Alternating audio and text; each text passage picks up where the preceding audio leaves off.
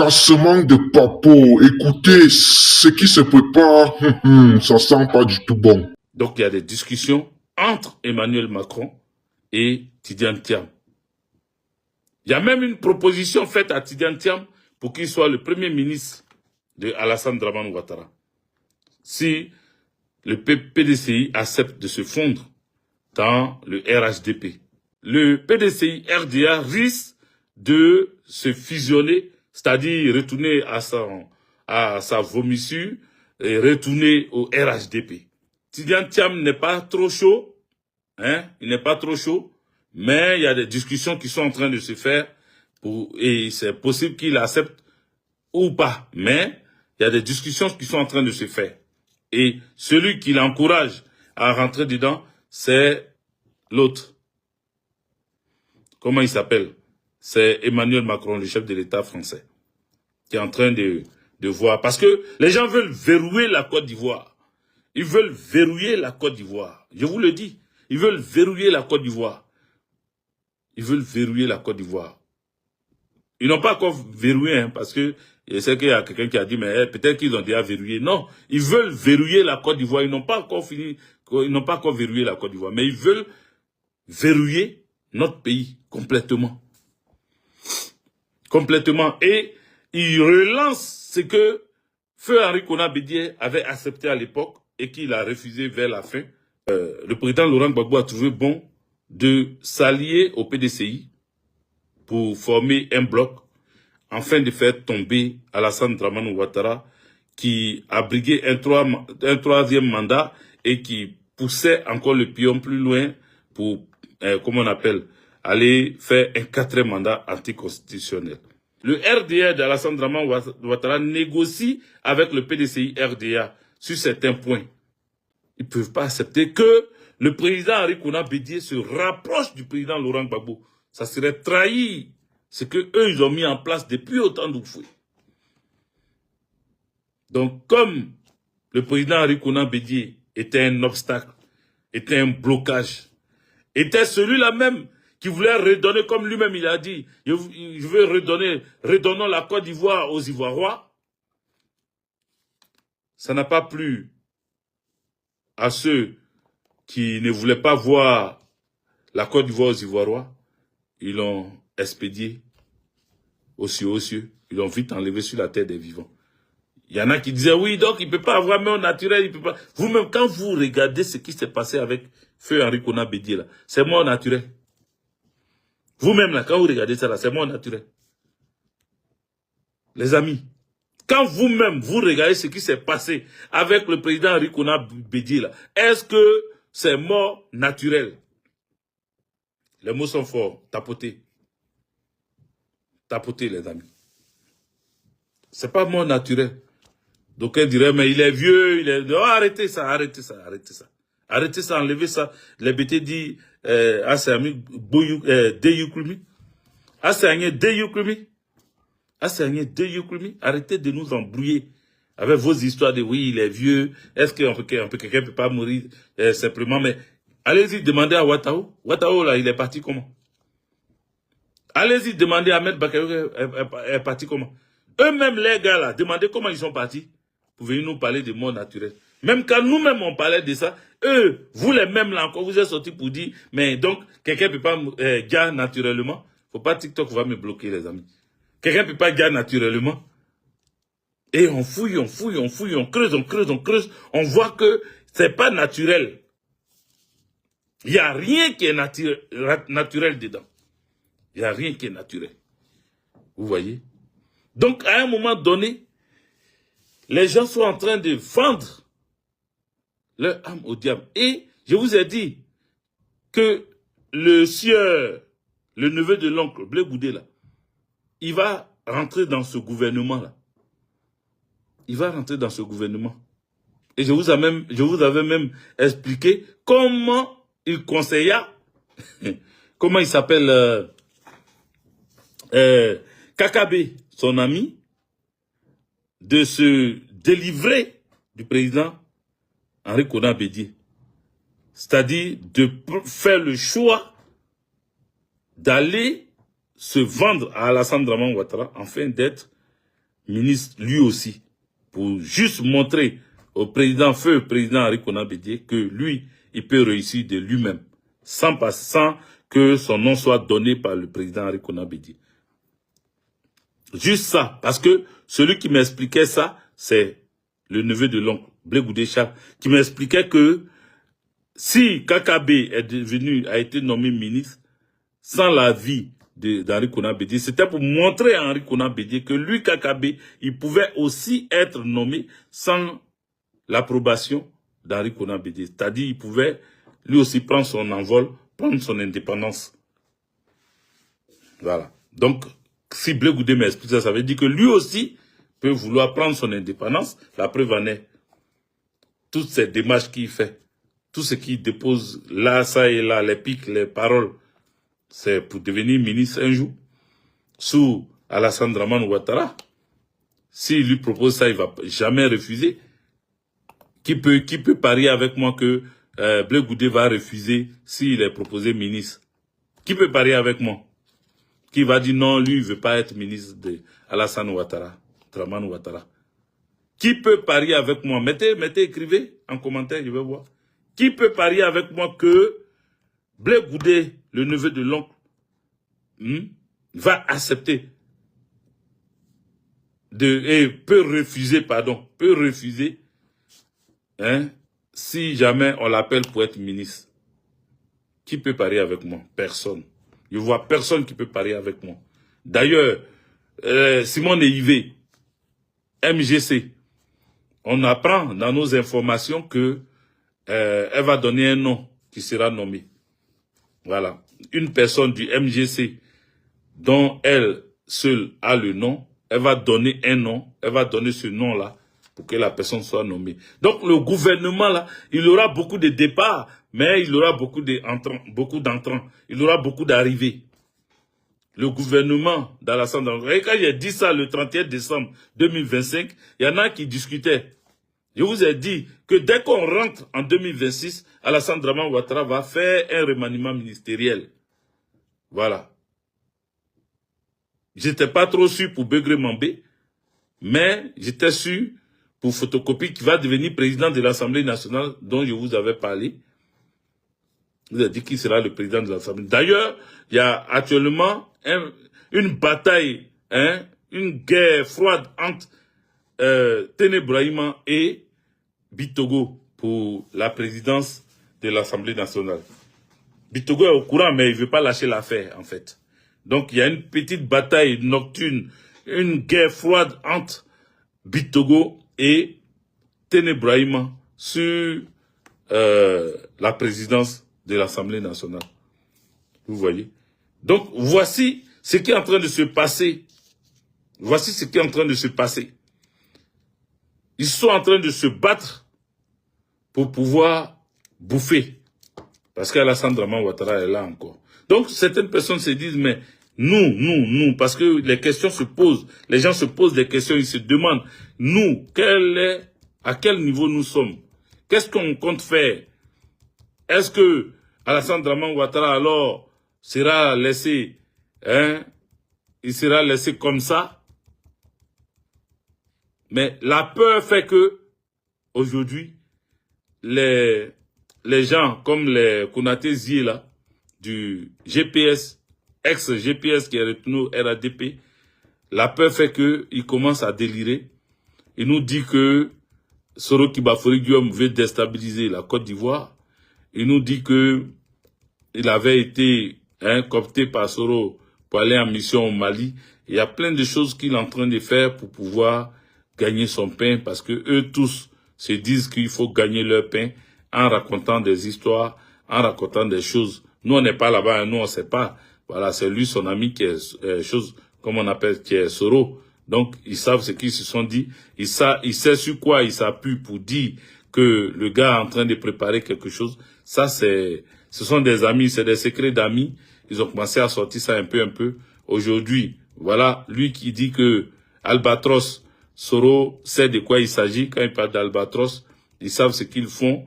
Voilà, quand il t'amène à Albatros, c'est que toi-même, tu sais, il y a plein de choses de révélation que lui aussi il est en train de faire sur Konaté Zira. Donc nous, on les regarde, puisque nous, qu'est-ce que vous voulez qu'on dise? On n'était pas dans le secret des dieux. Nous n'étions pas là. Hein? Oui, Mono Cavalier, sois salué. Nous n'étions pas là. Donc nous, on les regarde. On les regarde. Mais maintenant, vous qui vous posez des questions, tapotez, mettez des cœurs, les amis. Vous qui vous posez des questions sur le PPACI, qu'est-ce qu'on va devenir? Qu'est-ce qu'on compte faire? Où en sommes-nous? Est-ce que, alors, le braquage électoral d'Alassane Draman Ouattara est finalement accepté? Alors, je vais vous dire que non, ce n'est pas accepté. Ça ne sera jamais accepté. Et où en sommes-nous? Nous sommes en train de nous remobiliser. Ça, il faut le savoir. Nous sommes en train de nous remobiliser. On vous a toujours dit, nous n'avons pas une armée parallèle, quoique il fallait même y penser pour avoir une armée parallèle, parce qu'avec Alassane Draman Ouattara, on dirait armée parallèle même intéressante pour lui. Mais bref, nous n'avons pas une armée parallèle, nous n'avons que notre verbe. Tous ceux qui ont utilisé le verbe ont été, pour certains, jetés en prison, d'autres tués, mais nous sommes quand même debout, nous restons toujours pieds fermes, nous regardons toujours vers notre mentor, nous le suivons du regard. Il a remis, comment on appelle, il a remis le PPACI en marche pour que des discussions continuent. Ça allait d'être lent, ça allait d'être perdu, ça allait de ne pas être efficace, mais il n'y a rien de plus efficace que ce que le président Laurent Gbagbo est en train de faire. Il n'y a rien de plus efficace que ça. Il n'y a rien de plus efficace que ça. Actuellement, vous êtes tous concentrés comme nous autres tous concentrés sur la CAN. Même ceux qui disent qu'ils ne sont pas admirateurs ou admiratifs de la CAN, eux aussi suivent la CAN, même de façon en cachet regardée. Ils attendent quand même les victoires des éléphants, même quand ils disent que ça ne les intéresse pas. Vous comprenez? Donc, cette période de Cannes qui a amené tous les esprits, que tu sois footballeur, que tu sois admirateur du football, que tu sois fan du football ou pas, tous les esprits, les regards sont tournés vers les éléphants de Côte d'Ivoire et les matchs qui se passent à la CAN. Cette période-là, heureusement, elle ne dure pas 3 mois, 4 mois, 5 mois, 1 an. C'est juste 1 mois. Et 1 mois là, ça va finir. Quand ça va finir, nous allons revenir à nos moutons. Quand ça va finir, nous allons revenir à nos moutons. Parce que le combat ne peut pas s'arrêter en si bon chemin. Alassane Draman Ouattara doit tomber. Comment ça va se passer? On va voir. Aujourd'hui, regardez, on a comme l'impression qu'il y a quelque chose qui se prépare dans l'air au niveau des grandes puissances. Les États-Unis d'Amérique, à travers Donald Trump, menacent la Chine. Regarde un peu et menace aussi par rapport à Thaïlande et Taïwan. Et au fur et à mesure, la Russie a un œil. Et chacun dans son... Chacun est en train de préparer son chacun de quelque chose.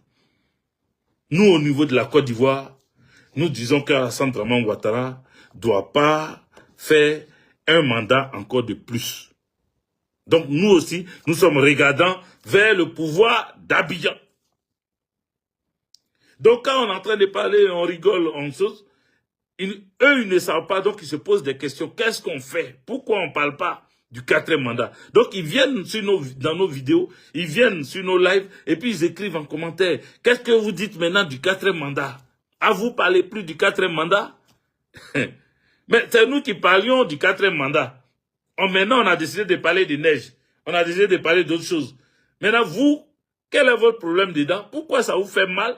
Et puis vous venez nous demander de parler de ça.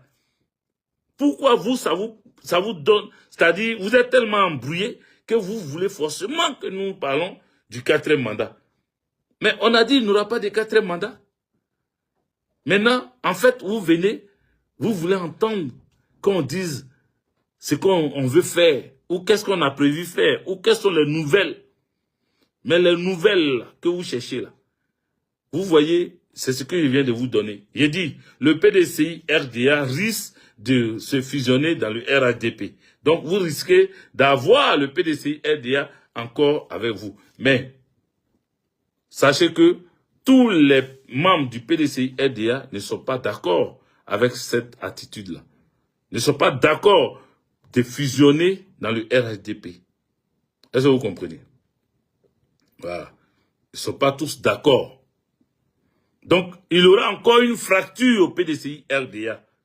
Il y aura encore une fracture au PDCI RDA. Et ceux qui ont faim, ceux qui veulent aller au restaurant, coûte que coûte, vaille que vaille, eux vont se décaler et aller au restaurant. On dit quoi si, bonne arrivée. Ils vont aller au restaurant.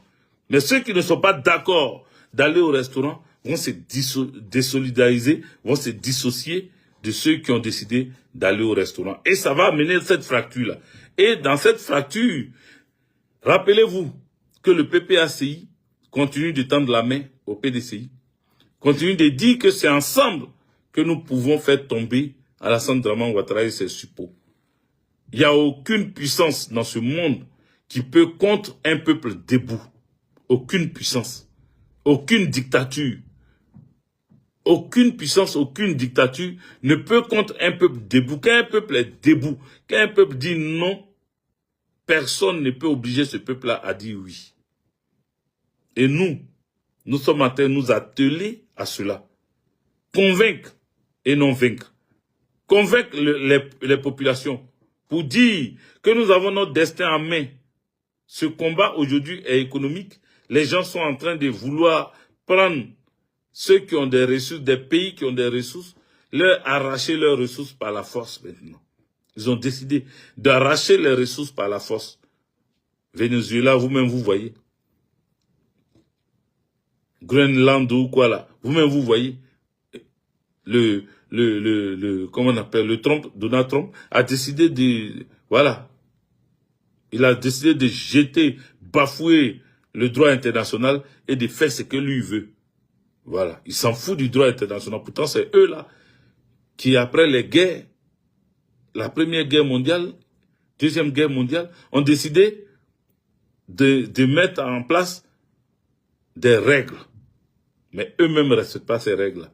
Le président Laurent Gbagbo le disait. Il dit aux Africains de respecter les règles qu'eux-mêmes ils se sont données. Ils s'asseyent, ils font des rencontres, des réunions, ils écrivent des lois, ils écrivent des règles, et après ils ne les respectent pas. C'est ce que les États-Unis d'Amérique font à travers Donald Trump. Aucun respect du droit international. Il peut rentrer chez toi, comme il est puissamment armé, comme il a la bombe nucléaire, il rentre chez toi, il prend ton président que toi tu as élu démocratiquement, il enlève, et puis il vient te lancer des ultimatums pour te dire que ton pétrole là, lui va prendre ça en bris, et que lui va gérer ton pays à sa guise, et que toi, si tu t'amuses à te mettre devant lui, il va te faire pire que ce qu'il a fait à ton président. Voilà le discours des hommes qui disent que ils sont des pays de liberté, des pays de droits de l'homme. Ceux qui se disent qu'ils sont les gendarmes du monde là, voilà ce que eux ils font au monde.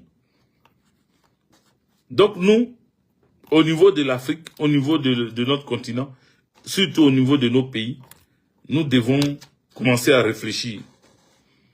Réfléchissons. Réfléchissons. Comment faire pour former un bloc, enfin, de jeter hors de notre pays, de notre continent, ces apatrides, ces bandits des grands chemins, qui sont prêts à vendre leur corps, leur âme au diable, juste pour leur panse, juste pour remplir leur ventre et leur bas-ventre. Il faut que nous nous battons. Continuons de nous battre. Zéro déception. Zéro déception. Nous ne devons pas baisser les bras. Nous devons être debout. Restons debout. Restons debout. Nous ne baissons pas les bras. Hein. En tout cas, moi, j'ai toujours ce moral haut. J'ai toujours ce moral très solide. Parce que pour moi, Dieu n'est pas gaou. Dieu ne peut pas mentir. Quand il dit qu'il va faire quelque chose, il va le faire, quel que soit le temps que ça va prendre. On a vu des dictatures. On ne s'attendait pas que ces dictatures-là allaient tomber un jour. Des gens étaient là. On les trouvait tout puissants. Ils étaient des gros dictateurs. Ils imposaient leurs règles, ils imposaient leurs lois. Ils interdisaient ceci, ils jetaient d'autres en prison, ils assassinaient d'autres. Mais un bon jour, ils sont tombés. Ils sont tombés. Les statues à leur image ont été détruites. Ils sont tombés. Certains ont fui. Ils ne savaient même pas où aller s'abriter. On les chasse partout où ils vont. D'autres sont allés mourir hors de chez eux. Ils sont allés déjà là-bas. Or, donc, des dictateurs peuvent partir aussi. Or, donc, on n'est pas puissant tout le temps. On peut être puissant un moment, mais on ne peut pas être puissant tout le temps. Donc, restons focus. Continuons d'y croire. Nous avons comme l'impression de parler dans le désert, mais nos messages doivent être véhiculés, nos messages doivent être accompagnés, nos messages doivent être soutenus, parce que ce combat-là, c'est un combat de longue haleine, c'est fatigant, mais il faut tenir. Il faut tenir, ça va aboutir. Je vous le promets. Je parle aujourd'hui comme Jean-Baptiste dans le désert, qui annonçait l'arrivée, l'avènement de Jésus. Mais beaucoup n'y croyaient pas. Beaucoup se disaient, quand est-ce que ça va arriver? Dit prêche dans le désert. Sachez-le, nous aurons notre libération totale. Nous aurons notre libération totale. Certains vont tomber, d'autres seront faibles, d'autres seront découragés. Mais nous aurons notre libération totale. Parce que tout ce que vous voyez en Côte d'Ivoire là, tout ce que vous regardez là, ce sont des personnes éprises de paix et de liberté. Ils aspirent à la souveraineté. Ils aiment la souveraineté.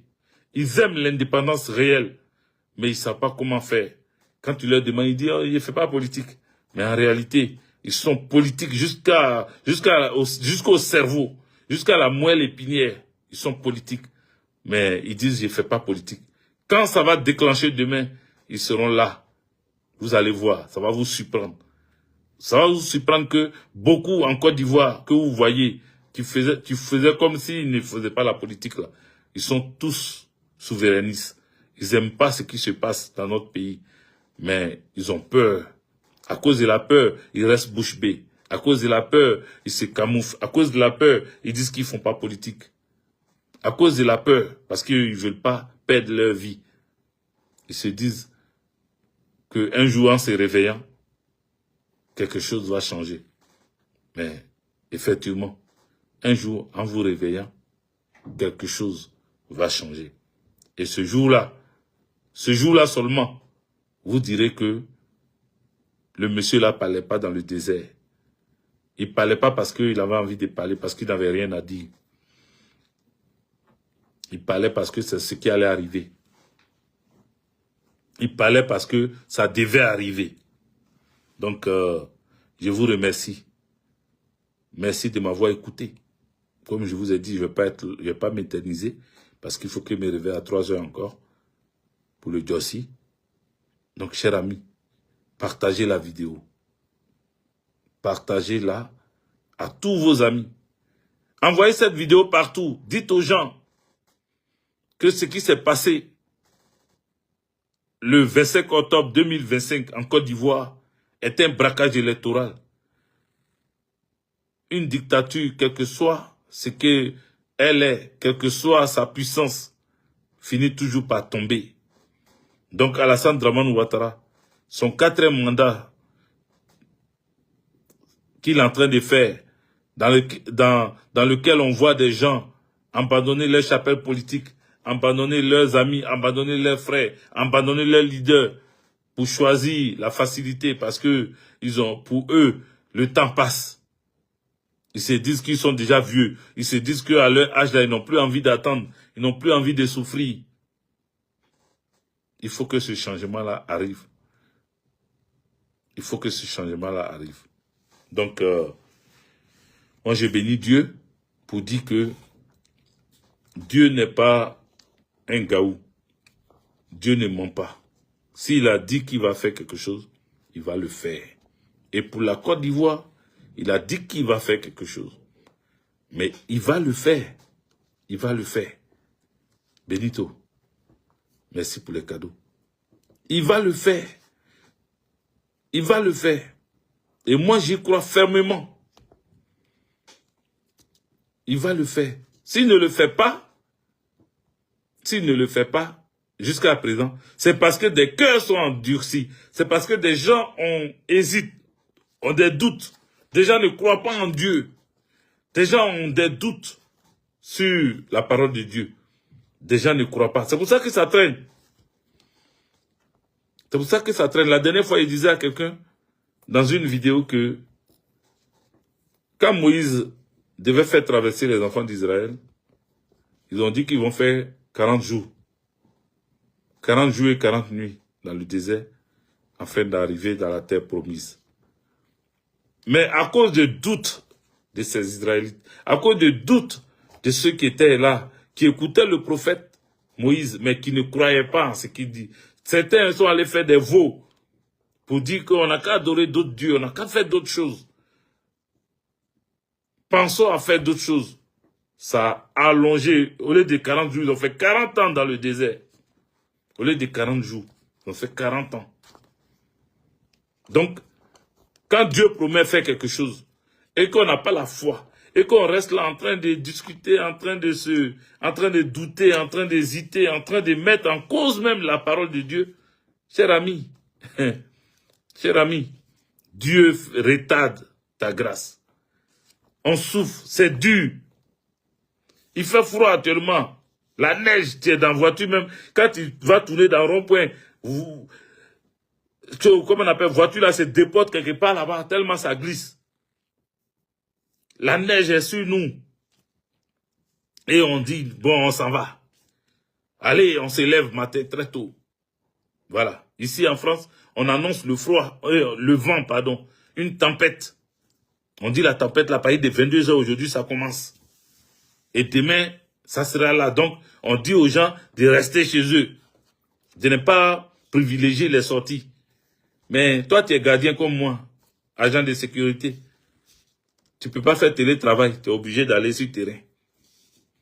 Tu es obligé de sortir. Tu es obligé de sortir. Et puis quand ça ne va pas, quelqu'un dit, mais attends, on avait annoncé, à cause de l'argent, tu t'en vas te gars. Mais mon frère, tu as fait comment? Quel prétexte tu as trouvé? Tu vas prendre un arrêt maladie? Tu vas faire quoi? Tu vas faire comment?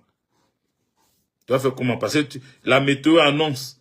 Mais en même temps, on dit d'être vigilant, d'être prudent. Après ça, là, on ne dit plus autre chose. Donc, tu te dis, être prudent, ok, je vais rouler doucement, doucement, ma chère. Demain, on va faire ça. Et puis, on verra. Vous voyez? Mais on le fait parce que il faut le faire. Il faut le faire jusqu'à ce que nous puissions retourner dans notre pays. Ça va tourner comment on va retourner dans notre pays? Moi, je vous le dis, il y en a qui n'y croient pas. Moi, j'y crois fermement. Ça va tourner comment on va retourner dans notre pays?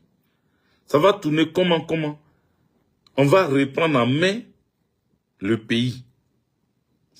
La Côte d'Ivoire est destinée à revenir on va dire, aux loyalistes. Alors, on se dit à la prochaine, portez-vous bien, et je tiens déjà à vous le redire que dans cette église médiatique, nous allons tout faire pour toujours vous proposer des meilleurs contenus, et vous savez très bien que dans cette église médiatique, nous sommes là dans la géopolitique et nous sommes là pour vous informer 24 heures sur 24, 7 jours sur 7, avant que vous puissiez connaître ce qui se passe de manière globale sur la scène médiatique. Et connaissez que nous sommes aussi en train de vouloir implémenter une nouvelle vision des choses et au fur et à mesure, nous allons l'implémenter petit à petit. Et aussi, nous allons aussi, vous voyez la tautologie et tout et tout. Nous sommes là pour vous renchérir en Afrique de l'Ouest et dans l'Est. Portez-vous bien et on se dit à la prochaine. Bonne suite de soirée. Bisous là-bas les gars. Ciao.